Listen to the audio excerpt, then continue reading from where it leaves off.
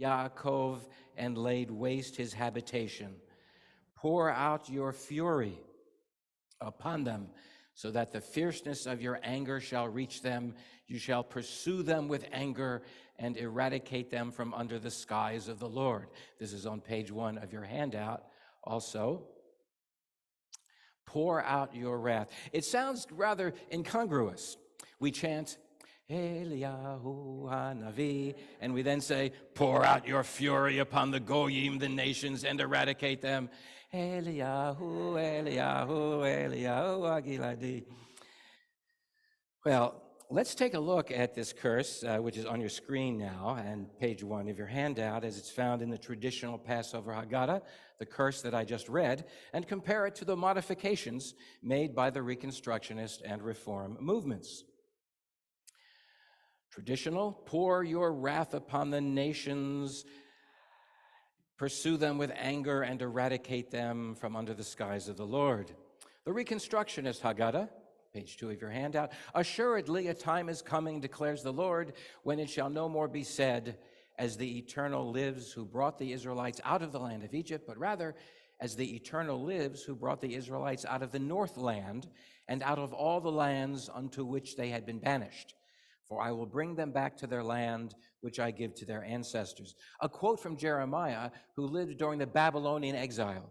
And here he's talking about the return of the exiles, which is part of the messianic callings in many of the prophetic works, that the exiles of the 10 lost tribes that we discussed last week that were lost to the Assyrians, and the exiles that were conquered and forced as refugees to move to Babylonia, that they might return to their homeland.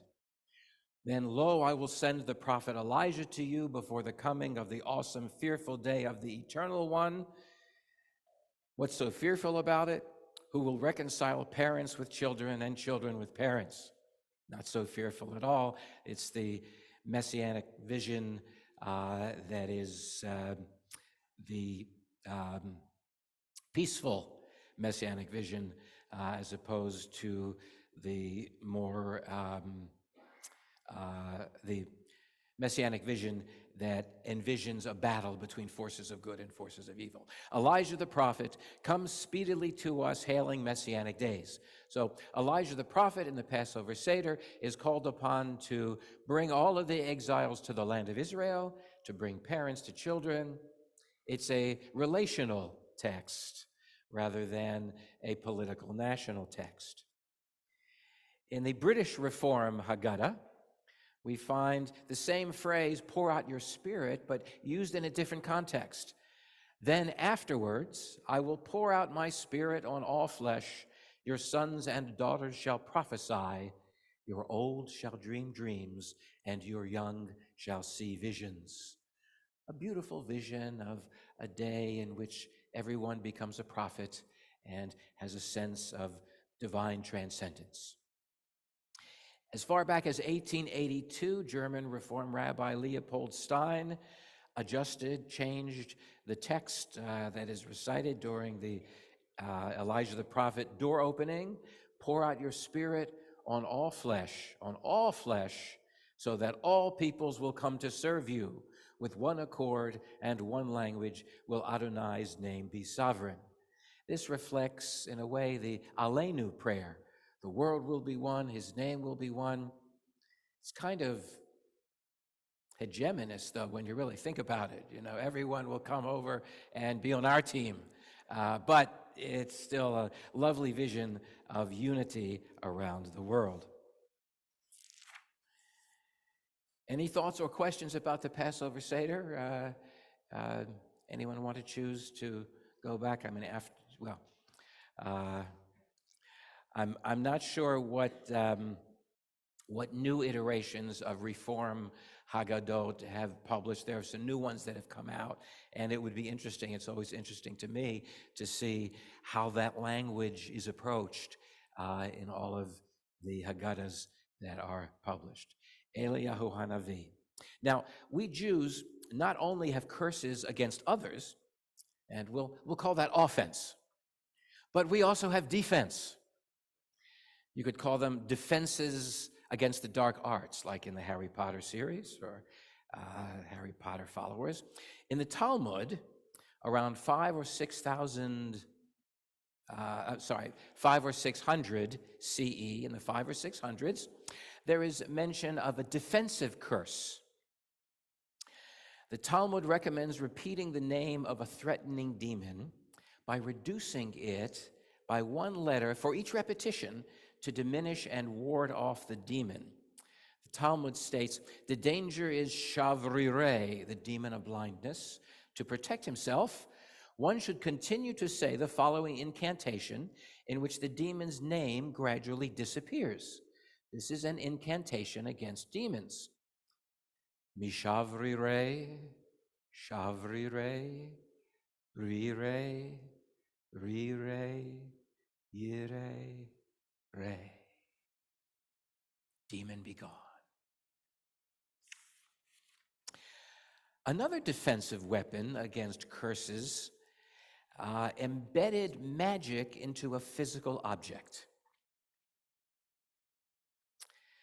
Incantation bowls cursed and trapped evil spirits within them, like the ghost repository in Ghostbusters. That's on page 3 of your handout and on the screen. Demons, of course, are well-known figures in Jewish mysticism. As we just saw, the Talmud discusses their characteristics and how to ward them off. Since Jewish tradition prohibited the making of divine figures or drawing, we don't know what these demons looked like. There aren't any drawings. However, between the 5th and the 7th centuries, at the end of the Talmudic era, Jews in Babylonia began to draw demons on these incantation bowls, pottery bowls covered with inscriptions inside. This is the inside of the bowl, and these drawings. These bowls were discovered in archaeological digs between ancient Jewish neighborhoods excavated in Iraq, which is Babylonia.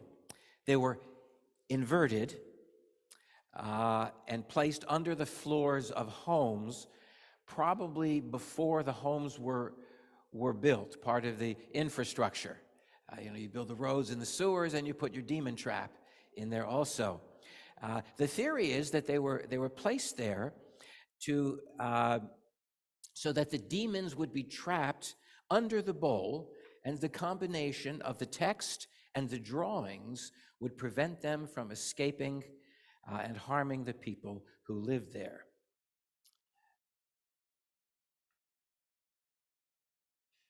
Another incantation bowl. The Judeo-Aramaic texts in the bowls are mostly curses against demons that threaten family members.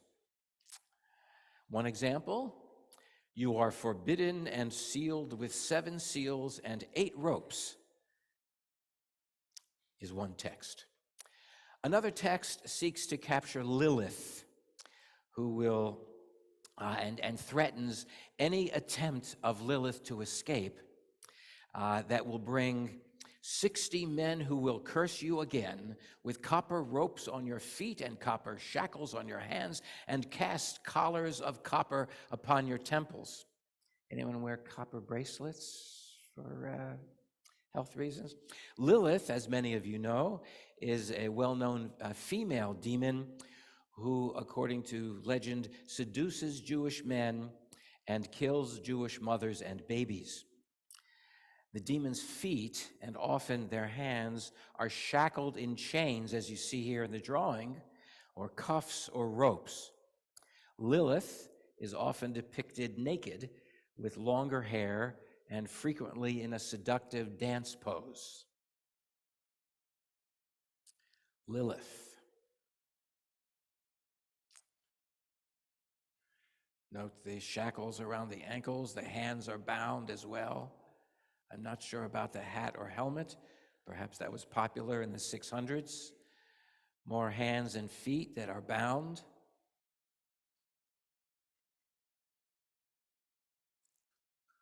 Binding of hands, crossed and bound. The feet are connected. The hair is also bound by the rope. All of these various demons.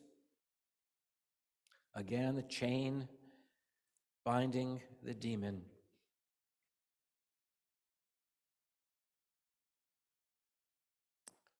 More demons from these incantation bowls.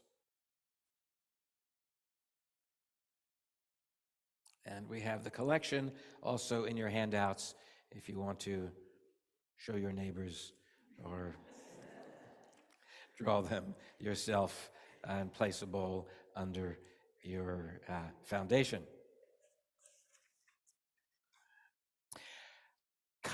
Yeah, Mike.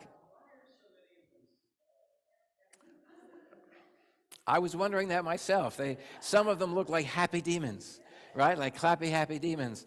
That's a very good question. Maybe to draw them in. I don't know. Maybe they revel. The demons revel in all of the mischief that they provide. I would love to know. I would love to know. Yeah, I'm glad you pointed that out. Thank you. Any other comments or thoughts about these demons or these drawings? They don't look particularly scary, but obviously to go to the trouble of creating or purchasing an incantation bowl was certainly took some shekels or whatever the currency was.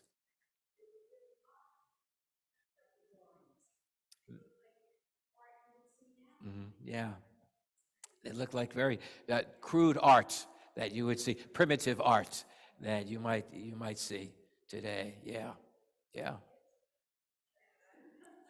What was that, Melody? Yeah, yes, they look like children's drawings in a way. Yeah. Well, now you know, Babylonian incantation bowls. Now we move from defense back to offense. On October 6th, 1995, just 2 days after Yom Kippur, an odd group of extremists gathered in front of the Prime Minister's Jerusalem residence at midnight. The purpose of the gathering was to conduct the Pulsa de Nora ritual against Yitzhak Rabin. According to the participants, Pulsa de Nora, blaze of fire in Aramaic, is the most severe death curse that can be invoked against a Jewish sinner by Kabbalistic rabbis. The curse rite is so rare and mysterious, according to its proponents, that it is not even written down, but only transmitted orally. According to various newspaper reports, some of which were based on interviews with participants, the prayer called on Yitzhak Rabin to cease his wrongful deeds in this world, which referred to engaging in the peace process with Palestinians. The message was that the prime minister could not escape the death curse that was placed on him because of his evil policies. In effect, Rabin's blood was allowed, as this curse called for his death. Less than 30 days later, he was assassinated. Like a fatwa, yes. Good. You'll see that in your handout, at least 3 different versions of this curse have been published on page 4. We're not going to read them all. You can read them at your leisure at home if you're interested. But let's look at excerpts from version 3, which is the most detailed. And upon that man, Yitzchak, son of Rosa, known as Rabin, we have permission to call upon the celestial beings, and it is permissible for us in this place to demand of the angels of wrath, get the allusion to pour out your wrath, the angels of wrath, that they run a sword through this evil man. Furthermore, the angels of wrath, who are earthly messengers, have no authority to be merciful to him and forgive him of his sins. His sins were unforgivable. Therefore, all the merits that he acquired in this world will be forgotten. And these are the 2 gates that will be opened in order to kill him for his incitements of the holy people and for delivering the land of Israel to its enemies, the descendants of Ishmael, may they perish immediately. And until he dies a strange death, let every curse recorded in the Torah come down upon him, may not even one be omitted. This is really horrifying, but it is part of a movement that since that time has only expanded exponentially in the Holy Land, not just among those fringe so-called Kabbalistic rabbis that pronounce this curse, but among many of those who used to be considered middle ground religious Zionists. Well, years after Rabin's murder, Professor Tzion Zohar researched the Pulsa Dinora. No one really bothered to check into it. And it turns out that the Pulsa Dinora is neither ancient nor Kabbalistic, but it is, in fact, a complete fabrication of contemporary Israeli right-wing rabbis and zealots. They made it up. And because it does not appear in any Kabbalistic or other Jewish text in the context of a curse, it made perfect sense to invent the fiction that the words are so powerful that they were never written down, but instead transmitted orally from father to son for more than 1,000 years. It must have been quite a scene. 10 Kabbalistic rabbis gathering at midnight in front of his home, black candles by an open ark, the sound of the shofar. The ritual is so detailed. Of course, con men and grifters know that the more detail you add to a scenario, the more believable it becomes. In other words, the more bullshit you pile on, the more people will believe it. The psychology is, who would make such a thing up? Who would make up such detail? It sounds so real. A good lesson in life. Pulsa Dinora, an ancient Kabbalistic curse. That isn't. That is neither. There's also a report of this curse being performed about 1.5 years before Ariel Sharon's fatal stroke. His sin was pulling the Jewish settlements out of Gaza as part of the peace program at that time that had been put in Gaza after the previous war. He had his fatal stroke. He lingered in a coma for 8 years after that before he finally succumbed and died. Well, so much for the Pulsa Dinora. Now, most of us are products of Eastern European Yiddish culture, and we'll get to famous Yiddish curses in just a moment. We have those at the very end of your handouts, a collection of the top 32. But I want to ask you first, and see if I can get from all of you, what kinds of Bubbemeises and superstitions do you recall from your family? Were there ways that you were taught or observed to avoid or defend against evil spirits or the evil eye? So let's hear. Barbara, why don't you begin?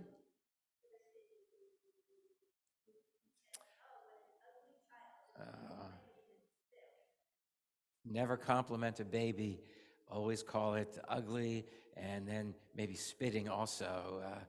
I wonder what the origin of that spitting is. Is it spitting on the evil eye, spitting on the spirits, on the demons? But of course, in Fiddler on the Roof, you see that cultural artifact carried through. What else? Kanai Nahara, and then a spit. Kanai Nahara, Kenahara. Kanai Nahara refers to Ayin Hara, is the Hebrew of Ayin Hara. Ayin Hara, Ayin is the Hebrew word for eye, Hara, the evil eye. So the Kenahara is against the evil eye, very specifically. Kenahara. What else? Melody.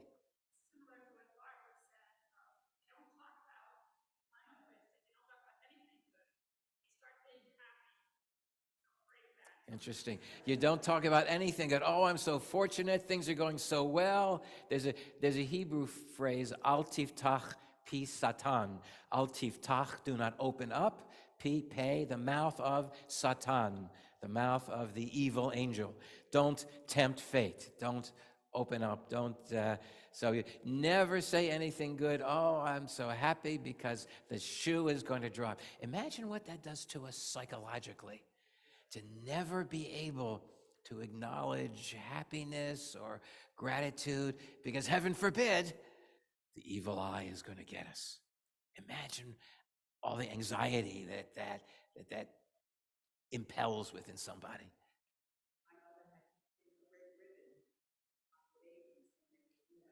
Pinning a red ribbon on the baby. Oh, on the. Yeah, right. On yes, of course. On the diaper or the onesie. Yeah, pinning a red ribbon onto the baby's diaper. Or yeah, anyone have a family member that went into a crib and pinned or put a red ribbon around the crib? Sometimes that was done also. Again, red to somehow ward off Lilith, who particularly was out to get the babies.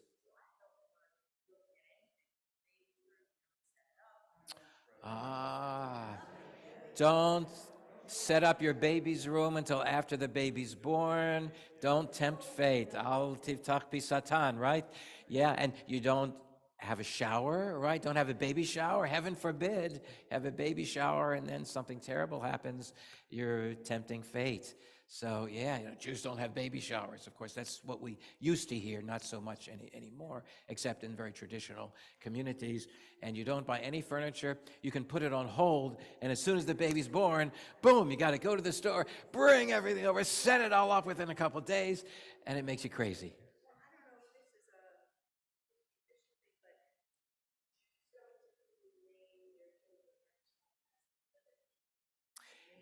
Yes, we don't name after the living. Right. That comes from the view of the Malach HaMavet, the angel of death. The angel of death, according to some Jewish tradition, walks around the earth with a clipboard, with a list of names, so to speak. And if my name is on it, that's it. My time is up. Well, if we name someone after the living, the angel of death might be confused. John Smith Jr., John Smith, might take the wrong one. So in order that the angel of death or the demons shouldn't get that person, we don't name after anyone who's living. We name after only those who have died. Emotionally and psychologically, though, that really is a very beautiful tradition, because it does serve to keep someone's memory alive. And it can be a very thoughtful and lovely blessing, unless the person who you are named after was a real mumser, in which case it's a curse that we have to carry for the rest of our lives and wonder what impact that has upon us. Anything else that you can think of? All right, yes, one more.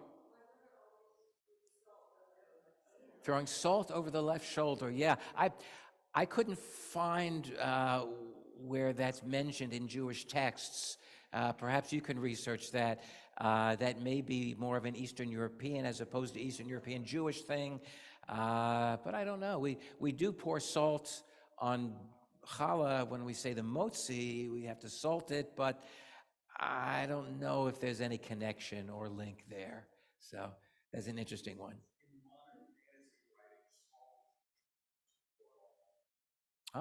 In modern fantasy writings, which often are derived from ancient superstition, salt is used to ward off demons, and that sounds very plausible to me, so I'll take that.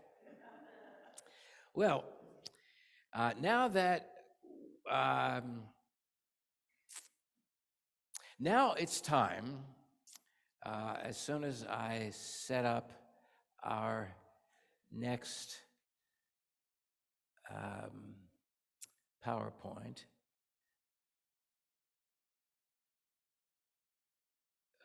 Session 2. Here we go. All right, let's try that. See if that's okay. That's good. We're here. Now it's time to combine the richness of Yiddish curses with the excitement of March Madness. Yes, it's tournament time. We're going to look at the top 32 Yiddish curses arranged in pairs, A and B. I will read both curses and ask you to vote for only one.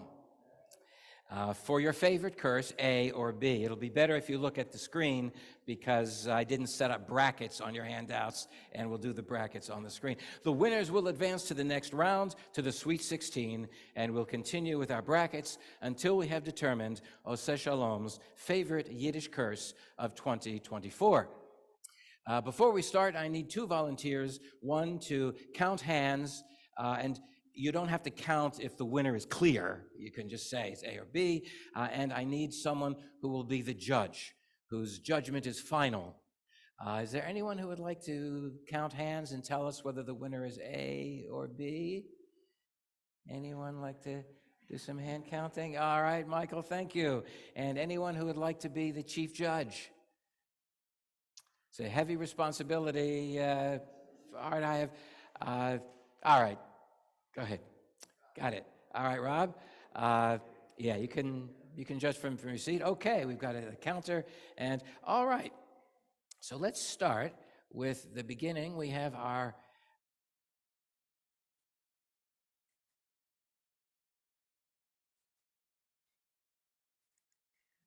hold on here. Let's all right. Let's see what we can do. All right. Well, it was working before. Hold on just a moment, and we will we'll see if we can expand this.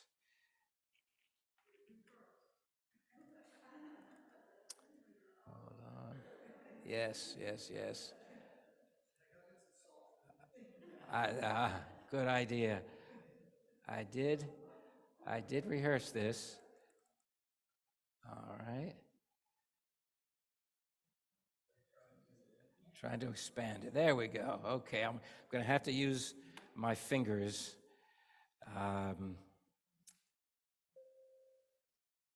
Instead of the mouse, but my fingers will do. Okay. All right. First up, A, may he suffer and remember.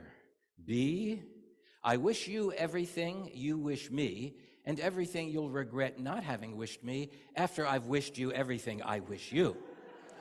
All right. Which is your favorite? Hands up for A, please.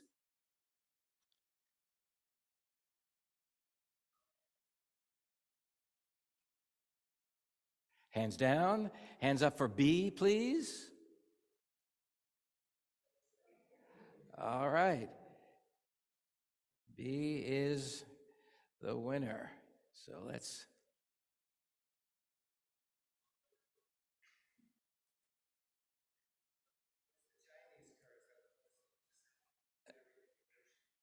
all right.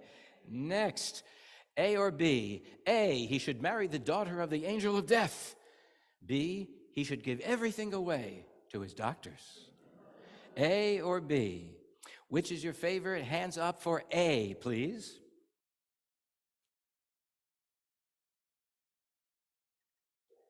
Hands up.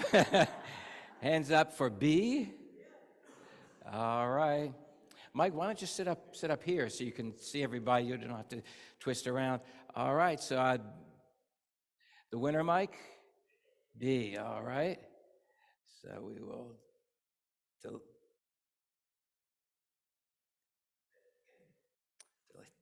next.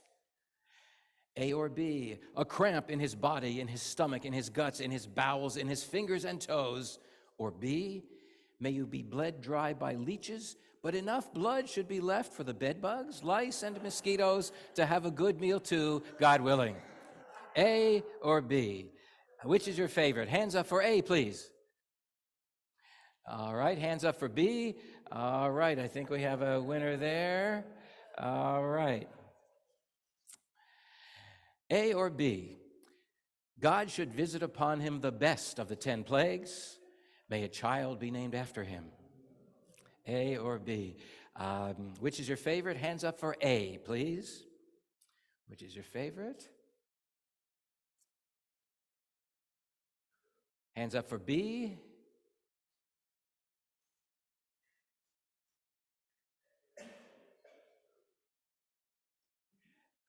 And the winner is A. Okay. The winner is A. So B goes away. All right.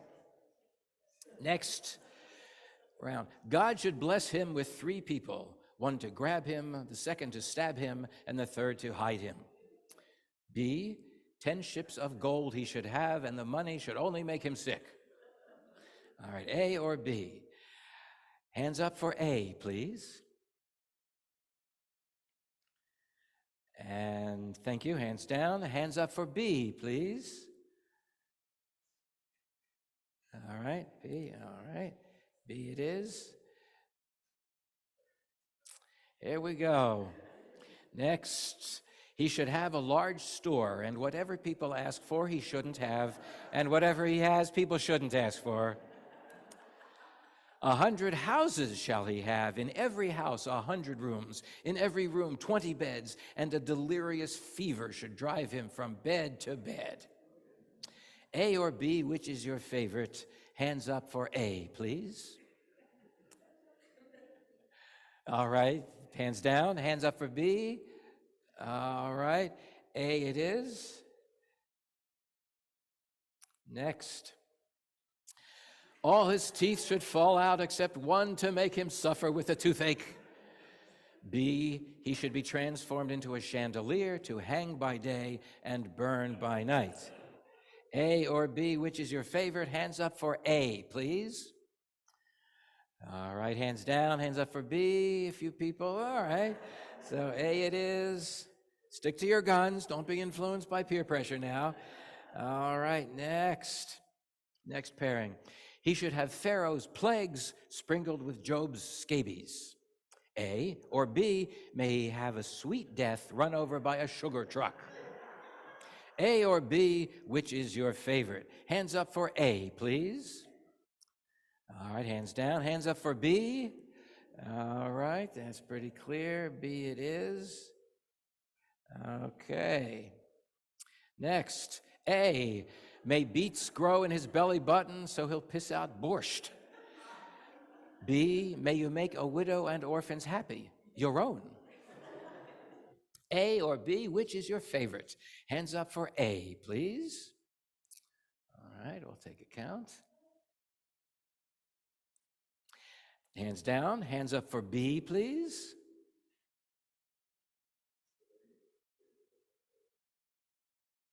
Mike? B, all right. A, we'll get rid of here. All right, next. We're rounding third and coming home. May you have the nicest neighbors in all of Siberia. May I have the honor soon of sewing your shroud. That is your funeral shroud. A or B, which is your favorite? Hands up for A, please. Oh my, hands down, hands up for B. All right, thank you. A, I think, all right. Let's go, here we go. Next, may God answer all your prayers, then mistake your worst enemy for you. B, may your every day be like a holiday, Yom Kippur. A or B, which is your favorite Yiddish curse? Hands up for A, please. Hands up for B. I think we have a winner. All right.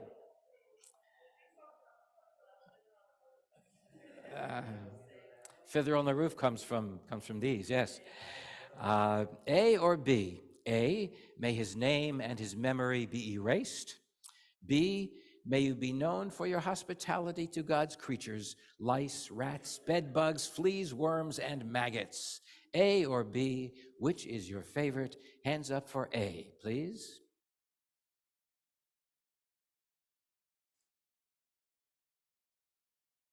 Hands down, hands up for B, please.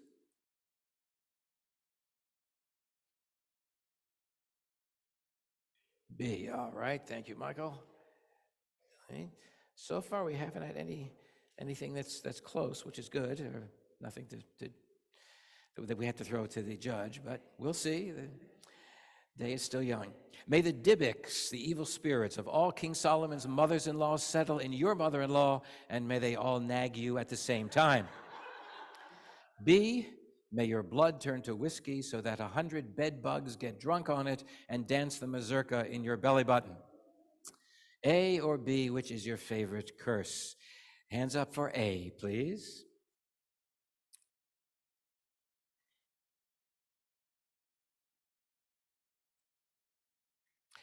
Hands down, hands up for B.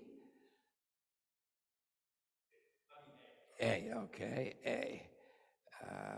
Mothers-in-law, next. A, may you turn into a lulav so I can shake you for 7 days and put you away for the rest of the year. B, may your teeth get angry and chew off your head. A or B, which is your favorite? Hands up for A, please.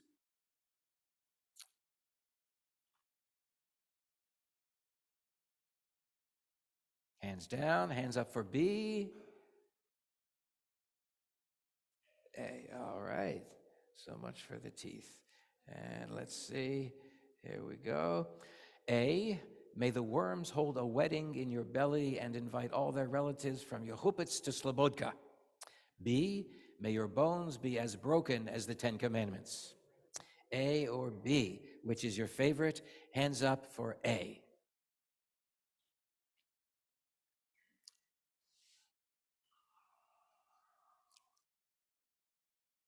Hands down, hands up for B.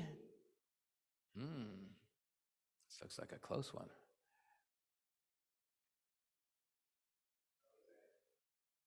Which? A, okay, A it is.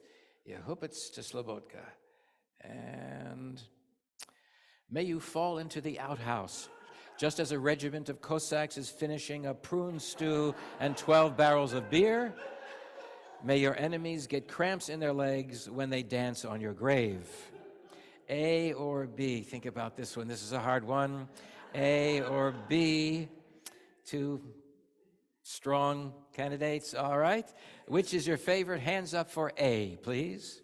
Oh my goodness. Hands down, hands up for B. Strong, but not strong enough. All right. We go for the earthy curses around here, and that takes us to the end of round one. All right. And now we will come back to begin the Sweet 16. Let me see here if I can make some adjustments. This will work. That's good. That's good. All right. Getting ready for the round, the Sweet 16. Here we go. And there we go.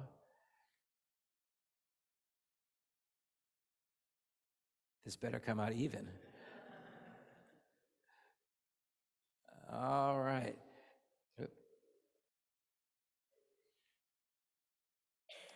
Here we go, Sweet 16. All right. A, all his teeth should fall out except one to make him suffer with a toothache. B, may he have a sweet death run over by a sugar truck. Toothache or sugar truck? Hands up for A, please.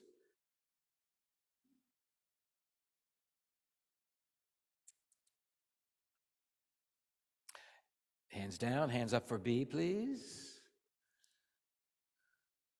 All right, A it is. So much for the sugar truck. Next round, our Sweet 6. May you make a widow and orphans happy, your own. Or B, may you have the nicest neighbors in all of Siberia. A or B? Hands up for A, please. Hands down, hands up for B. All right, B it is. Next, may every day be like a holiday, Yom Kippur. May you be known for your hospitality to God's creatures. A or B, which is your favorite? We should play the Jeopardy music, actually, during each of these, but we'll say, all right. Hands up for A, please. Hands down, hands up for B. A. All right, A it is. B goes away. Here we go. The Dybbuk's of King Solomon's mother-in-law settling in your mother-in-law to nag you. May you turn into a lulav so I can shake you and put you away. A or B? Hands up for A, please.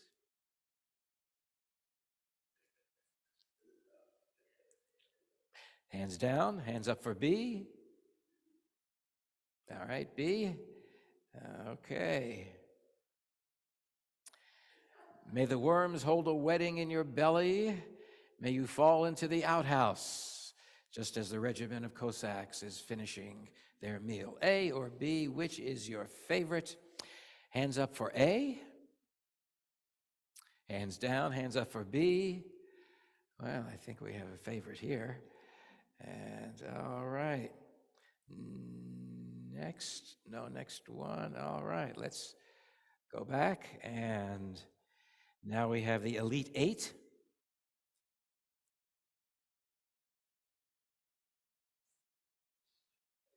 Oh, no, yes, I missed a few. I started in the middle. Here we go. I wish you everything you wish me and everything you'll regret not having wished me, etc. He should give everything away to his doctors. A or B, which is your favorite? Hands up for A.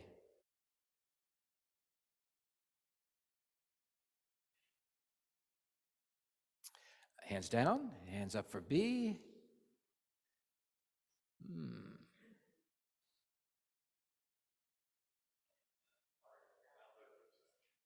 So what's the winner? B? All right. All of the doctors in the room, as far as I could tell, voted for B. So I don't know what that means. All right. Two more in this round.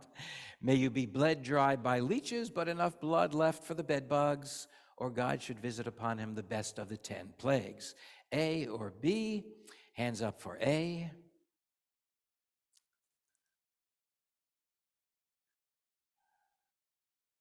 Looks like we have a winner. Hands down, hands up for B. All right, a few, but B doesn't quite match up. And our last pairing before we go to the Elite Eight, 10 ships of gold, and the money should only make him sick. He should have a large store. What people ask for, he shouldn't have. Whatever people shouldn't ask for. A or B? Hands up for A, please. Hands down, hands up for B. All right, that seems to be a crowd favorite. All right, now we go to the Elite 1, 2, 3, 4, 5, 6, 7, 8. All right, so far so good. Let's rearrange our brackets. There we go. Next.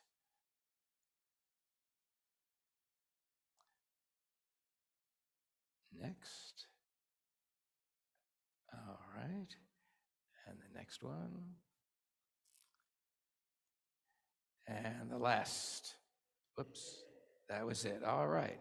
Here we go. Let's go all the way up to the beginning now and expand it out. Okay. Coming down to the wire, he should give everything away to his doctors. May you be bled dry by leeches, just enough blood for the bed bugs. A or B? Hands up for A.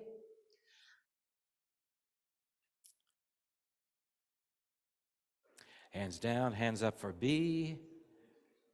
B, all right. Next. He should have his large store, etc. All his teeth should fall out except one with the toothache. A or B? Hands up for A.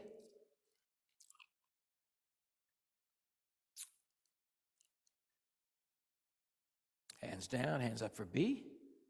Ooh, it looks close. It's a tie. All right, let's do it again. See if anyone changes their vote. Hands up for A. Hands up high. That's it. Hands down, hands up for B.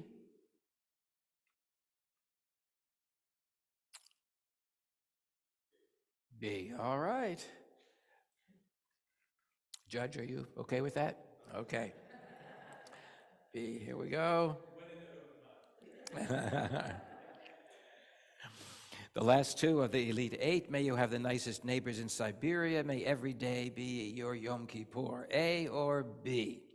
Hands up for A.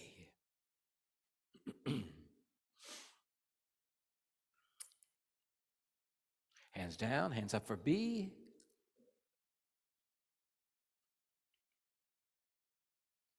B, all right, it is B, close one. And the last of this round. May you turn into a lulav, and may you fall into the outhouse. A or B? One is sacred and the other is profane. The sacred and the profane. A or B? Hands up for A, please.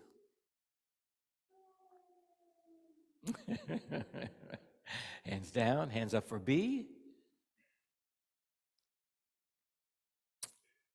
B, yeah, we know where we stand. All right, let's go now to the final four. And we're going to bring this down. These two. All right, we'll bring this up. And bring this one up.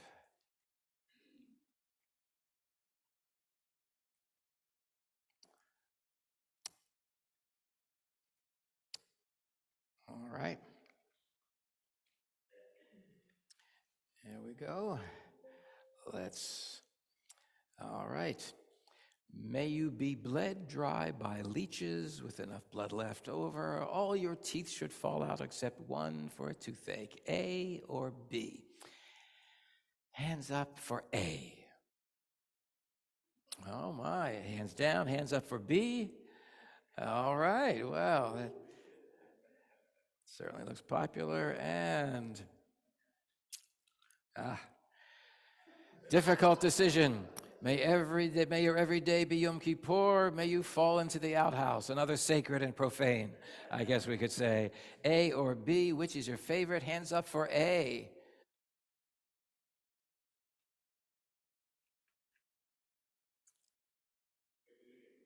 Hands up for A. Hold them up high. Okay. Hands down, hands up for B. This looks close. B. All right. And the finals for the top two favorite Yiddish curses of 2024. All his teeth should fall out except one to suffer with the toothache, or may you fall into an outhouse just at the right time.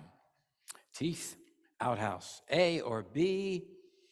Hands up for A.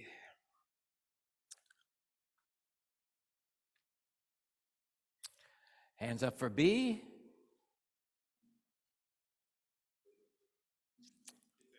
It's A. I was kind of rooting for B, but all this.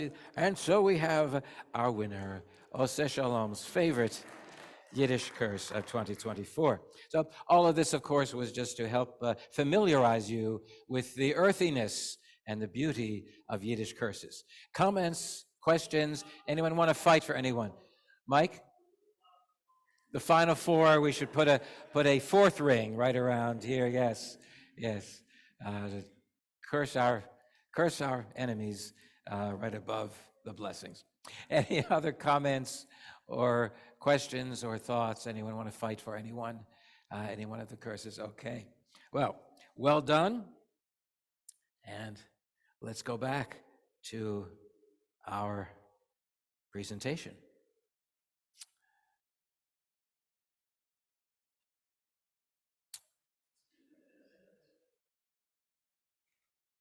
There we go. All right.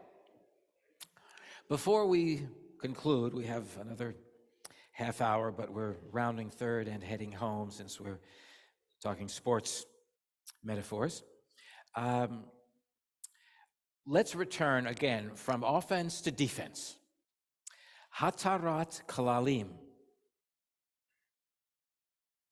Hatarat Klalim is a ritual still practiced today for the annulment of curses against us. And Hatarat Klalim is found, I believe, on page 6 of your handouts. On the last day of the Jewish year, just before Rosh Hashanah, many traditional communities convene a Beit Din, a panel of rabbis, to perform a ritual for the community to annul vows and release community members from vain oaths. That's just what the Kol Nidre does, right? May we be released from all of our vain oaths and vows. These rabbis do in the Beit Din what God does in Kol Nidre. It's a kind of redundancy, I guess, but perhaps it was thought to be spiritual insurance. So this occurs just before Rosh Hashanah. In any case, while the Beit Din is sitting, while the Beit Din is in session, many traditional Eastern communities also ask the Beit Din to perform a second ritual to annul and release the people from curses, hexes, and the evil eye uttered against them. Here is an excerpt on the screen. You'll find the more complete text, which we're not going to read all of, on page 5 of the handout, as I mentioned. The Hatarat Klalim, the community, someone representing the community, approaches the Beit Din and says, after everyone is released from their Kol Nidre type ceremonial vows, we further ask your honors to release us from all curses, rejections, words that bind us, and to annul the evil eye or all similar things. And then the Beit Din recites this in the Hebrew. In the presence and with the approval of the Holy Blessed One and the Shekhinah, with the approval of the heavenly and earthly courts, and with the approval of our holy Torah, you are released from them all, you are forgiven in them all, you are free from them all. Here there are no curses, no evil spells, no strange or evil intentions. Here there is no evil eye from men or women, from friends or enemies. They are all annulled and canceled. Much like the language of the Kol Nidre, they are annulled and canceled, ground to dust, and nothing like shattered earthenware. All forms of the evil gaze will be removed from you and your families and thrown into the depths of the ocean. And then a text is quoted. None of the band will touch you, that God's anger may relent, that God may have compassion on you, that you may grow and increase as God promised your ancestors. The Beit Din then continues, all curses and nightmares and dreams interpreted for the bad, and mouths to speak evil and evil decrees, they will transform into good and blessing upon you and us. Adonai, act for the sake of your name, act for the sake of your right hand, act for the sake of your Torah, act for your sanctity. May God give strength to the people. May God bless the people with peace. Amen. And so we have a defense against curses just before Rosh Hashanah. Any questions or comments or thoughts about this particular ritual?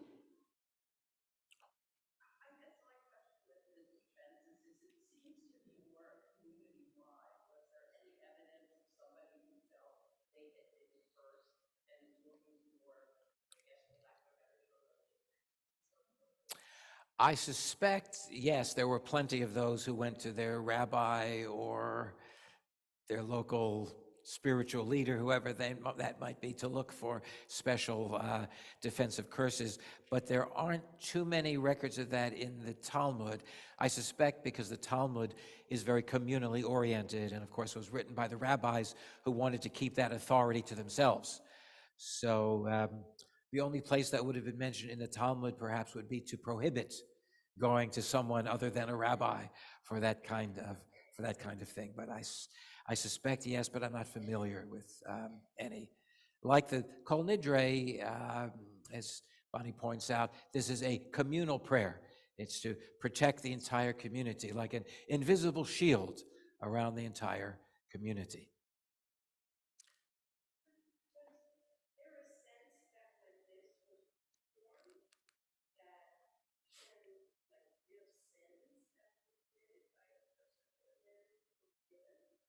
Was this a forgiveness of sins? No, this seems to be more specific to defend against curses and evil decrees. What is interesting is they talk about nightmares and dreams. And I wonder if this gave folks comfort who have nightmares and bad dreams to say, oh, this prayer is going to help transform them. It's going to turn it into something good, something positive. And there's precedent in the Torah for that, which we will talk about next. I also wondered whether this freed people from curses that they gave upon someone else that they didn't really mean. Because some of it sort of sounds like it's curses received, but also curses given that were not appropriate. It's not really clear, but I would like to think so. But I'm not so familiar with the ritual. But it is still performed to this very day in some Orthodox communities. Any other questions that we have? Yeah, Rich.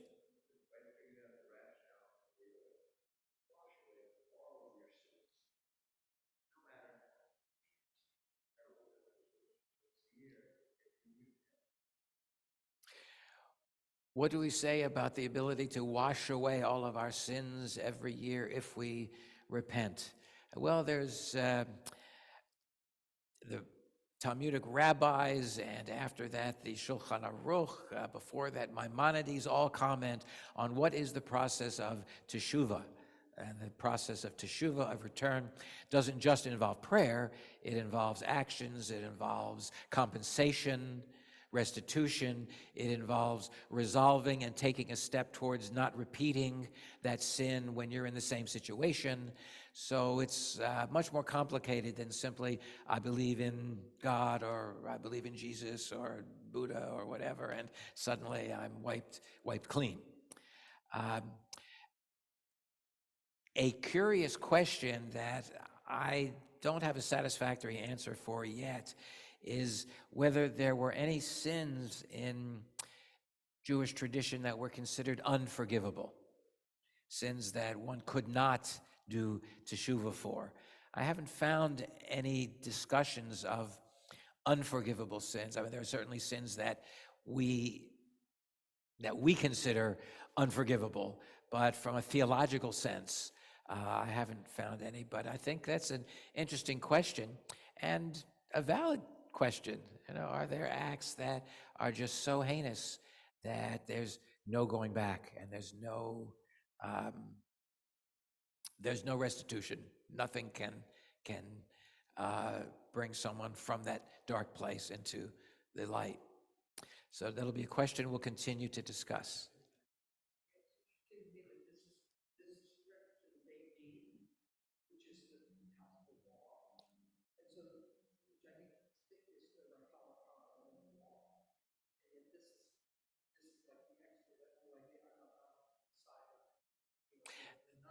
That's interesting, yeah.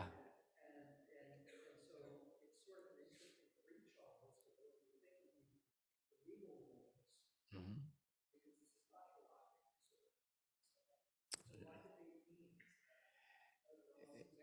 Yeah. Mhm. From the popular, charismatic folks who might be spiritualists, but not the rabbis. Yeah, why would this, which is more agadic, which is more in the area of superstition, not so much Jewish law, but Jewish lore, why is this brought to the Beit Din, which makes halachic decisions?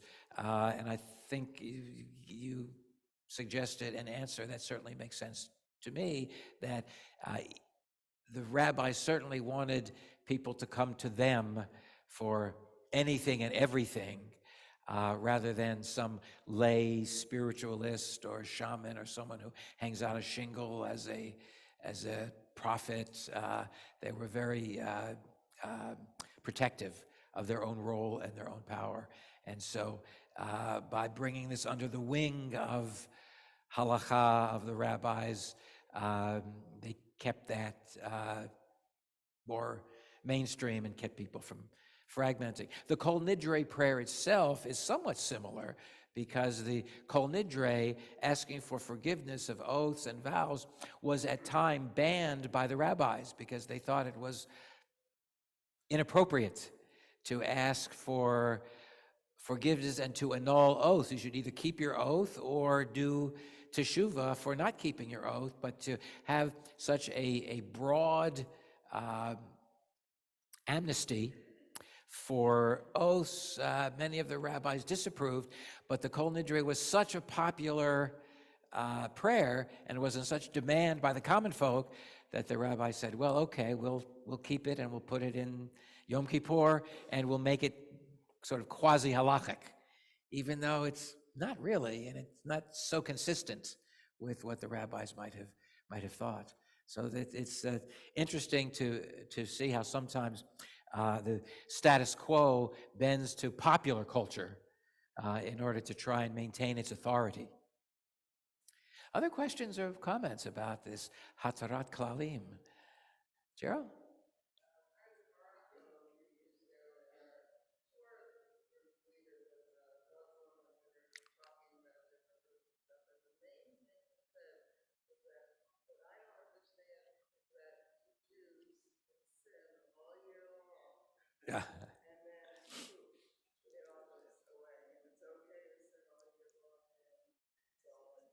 Yeah. Yeah. So I was talking about a Muslim guide in Morocco who was confounded by what he perceived as the Jewish idea that we could sin all year long and then on Yom Kippur all the sins go away and we're forgiven. It's interesting because many Jews have that same kind of thought about fundamentalist Christianity. How can someone sin all they want and then just before they die say, I believe in Jesus, and all their sins are wiped away, right? It's a very similar kind of dynamic there. And or when we go to confession, yes. So that's yeah. I mean, that's in part, I think, why the rabbis essentially opposed the idea in so much of Jewish history, opposed the idea of Kol Nidre. But we can also understand why the popular lay community wanted that so much, because it's like or it might have felt like a get out of jail free card. Melody?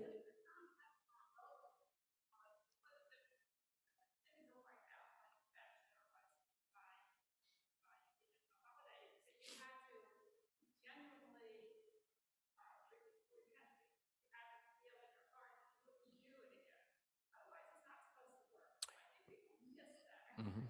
Yes, people sometimes miss all of the fine print or all of the extras that go along with the forgiveness. Here's what you have to do in addition to this prayer or ritual in order to turn around, in order to do teshuvah or to be right with Jesus, as the case may be. Michael?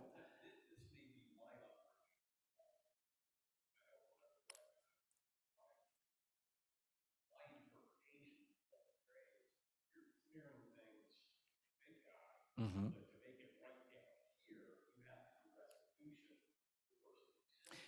Yeah, Michael's impression is that Kol Nidre is addressed to God, but we still have to make restitution. We still have to ask forgiveness from the individuals, the people that we've sinned against. That's very true, and that's also why part of the accompanying rabbinical law, the halacha or the lore that accompanies Kol Nidre, there's a very well quoted and important statement that Kol Nidre only releases Jews from sins against God. And even though many Jews don't look at it that way, that's what the rabbis say. It doesn't release us from sins against other people.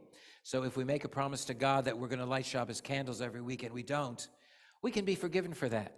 But it doesn't forgive us for sins against other humans. And although that is part of the halacha, so to speak, that goes with that, many of us overlook that also. Linda?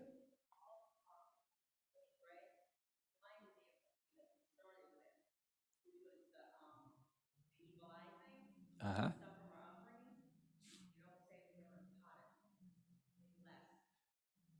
Oh. Right, right. Another thought about the evil eye and superstitious, right? You don't stand for the Kaddish unless you're standing for your relative. And so in Reform and some Reconstructionist and some conservative congregations, the entire congregation stands for the Kaddish, and those mourners are the only ones that say it. Uh, and those who are in more traditional conservative, some Reconstructionist and Orthodox communities, of course, find that horrifying because you only say Kaddish when you have a relative that you're saying Kaddish for. Heaven forbid you should say Kaddish for someone else or in solidarity with someone else, because the angel of death may see and say, oh, he's saying Kaddish for his relative. I must have missed them. I'm going to go back and get them. And there you have it. Barbara.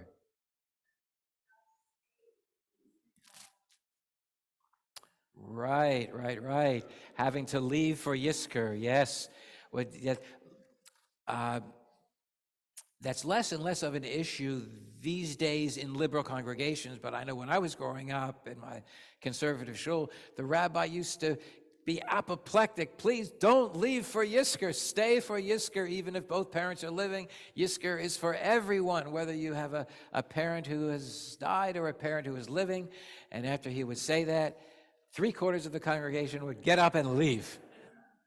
Every year, the same drill, just amazing. So yes, all of those great Bubbemeises and superstitions. Well, let's conclude and move away from curses, and let's talk about blessings.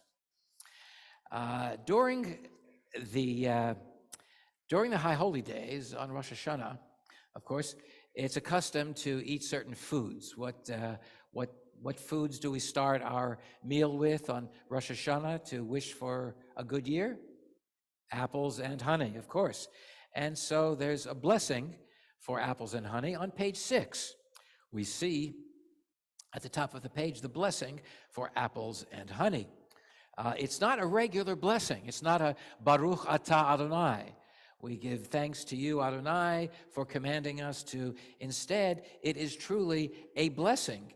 Yehi Ratzon, may it be your will, God of our ancestors, that you renew for us a good year, sweet like honey. Shana tova umetuka kadvash, sweet like honey.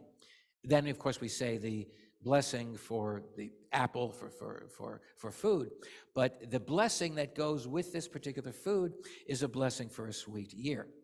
Now, in many Jewish cultures throughout the world, of course, we Jews are very diverse.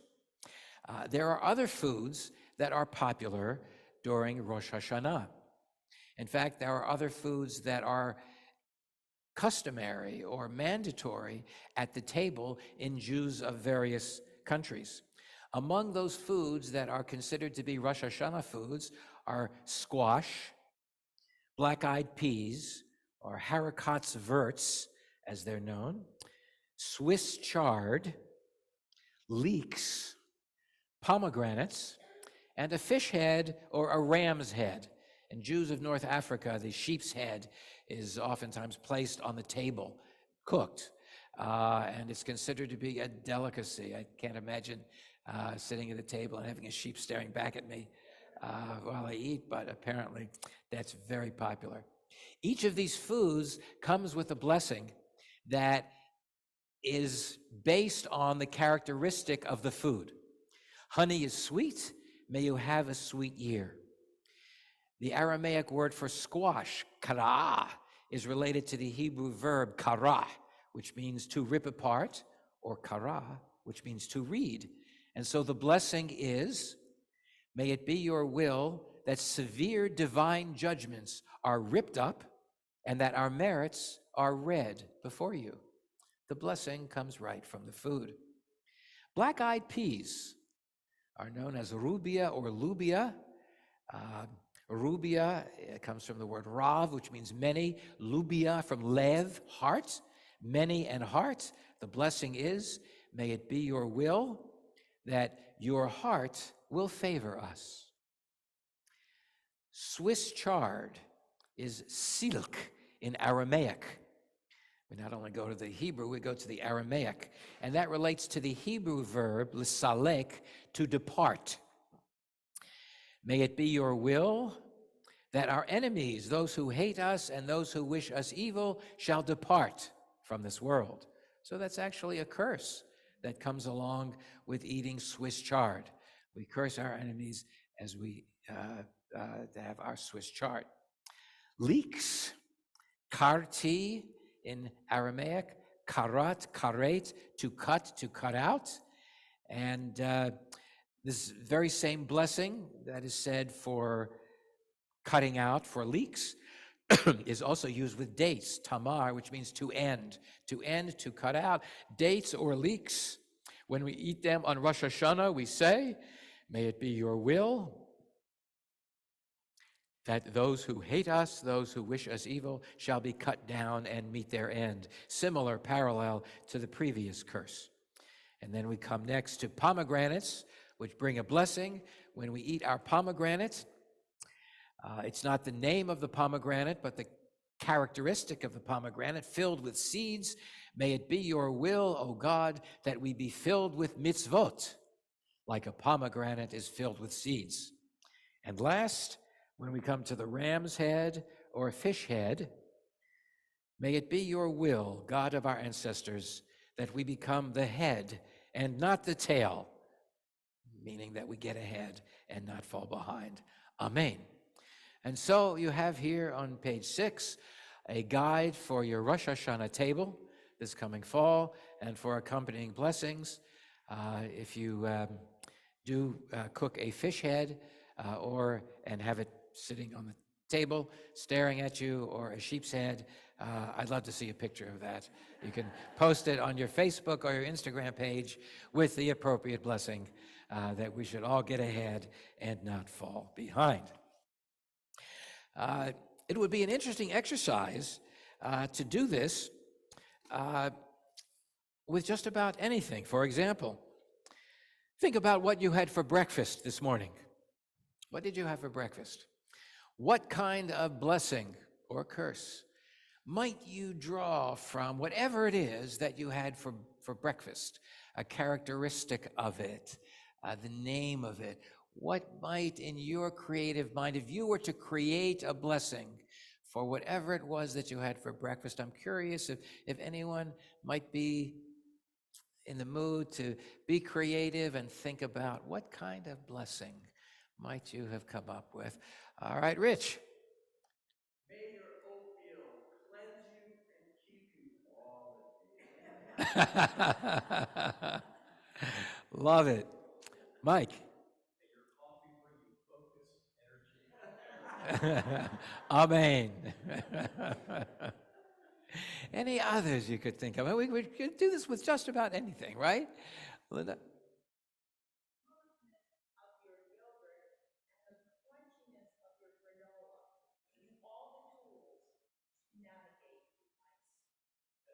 Very nice. Smoothness of your yogurt and crunchiness of the granola to be able to handle all situations in life. I love it. Anything else that you can think of for breakfast?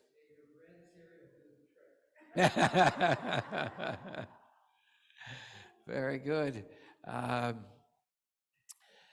I think we're still falling into the outhouse with the Cossacks in a way, but we're also, at least I'm of that age where that's something we think about and need to consider. Anything else you can think of? Any other blessings? What you had for breakfast? What you plan to have for lunch? Helen? May my progeny multiply as the multigrains in my bread, my cereal, whatever. Lovely. Good.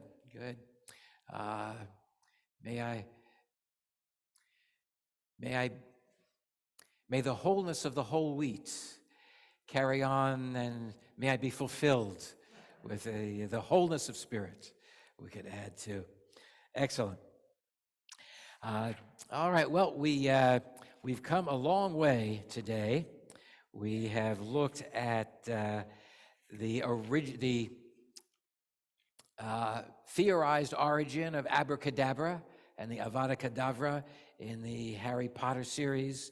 We've looked at the Elijah blessing and curse during the Passover Seder, and how we Reconstructionists and others through time have changed their prayers to make it in some ways more consistent. We've looked at defensive curses, shavrire, prire, you go down, reduce one syllable of the demon to ward it away. We've looked at incantation bowls that can be placed under a house to trap the demons, and we've seen what the demons looked like in 5 to 700, in the year 5 to 700.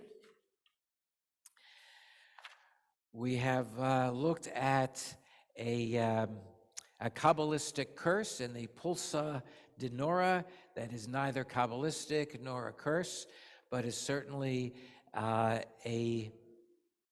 expression of the political approach of some religious Jews in Israel, the Pulsa Dinora.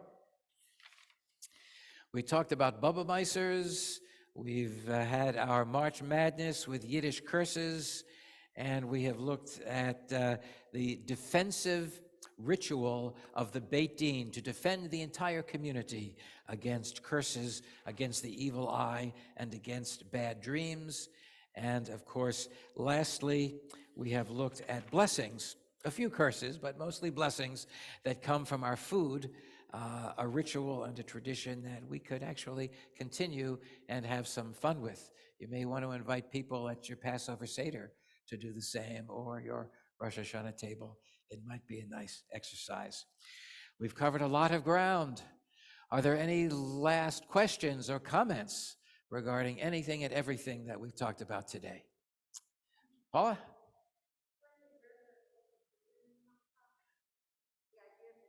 Where does the idea of demon come from? The short answer, in the few minutes we have left, it comes from two sources, actually three.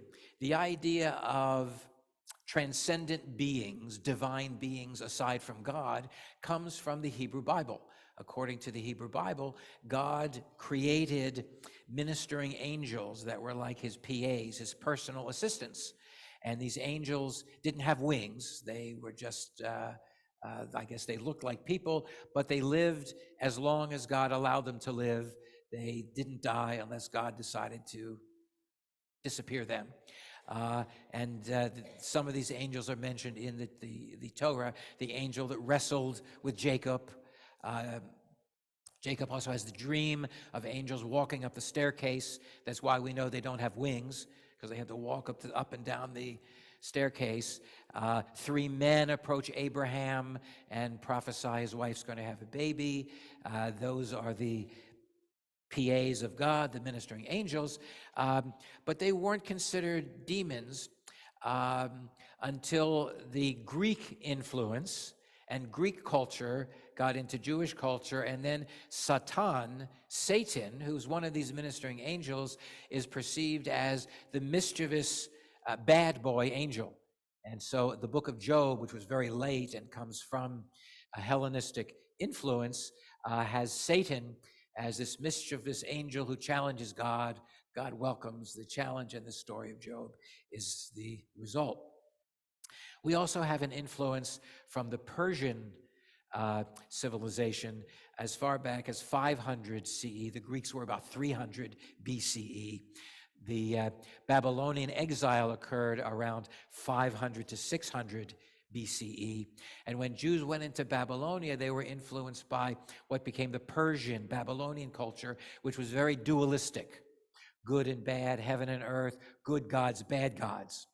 And so that idea of demons began to creep in, and some of God's angels became demons that were associated with Babylonian gods and Persian gods and some of the Greek gods also. After the exile in 70 CE, Jews also went into Babylonia again. And so the Talmud was mostly written in Babylonia. And so the Persian influence of demons and Zoroastrianism creeps into Talmudic literature and lore, and Jews begin to see the same kinds of demons that are in Persian culture. That's why these incantation bowls were found in Iraq, Babylonia, and that creeps into Jewish tradition. It's then passed through the filter of Kabbalah, which occurs about the year 1000, 300 or 400 years after the Babylonian Talmud is written.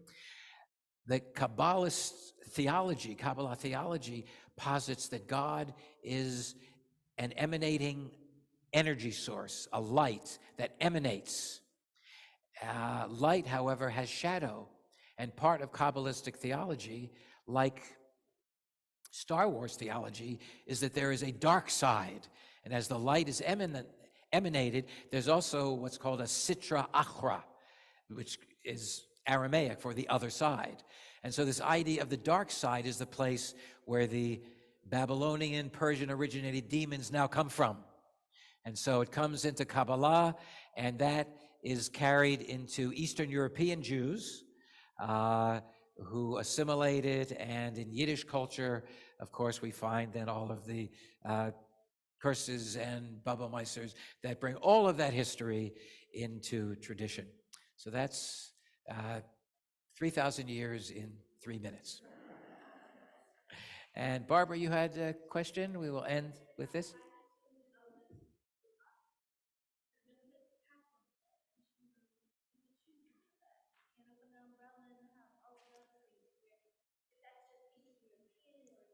So many superstitions having to do with objects, opening an umbrella or a salt, or that's a good question. I have no idea, but yeah, that's certainly true. Yeah. It could be that it's a natural human tendency to want something physical. You want a physical manifestation of protection, and so just a blessing, Kanai is fine. But if you wear a mezuzah around your neck, or like we showed last week, the silver amulet from the 300 to 600s that was worn, which had the Yevarechacha blessing on it. That's a physical manifestation you can touch, and I imagine that that's much more comforting as a defense against the dark arts, so to speak. So with that, may your days be full, and may you be as blessed as we all feel being here at Oseh Shalom. Thank you all very much.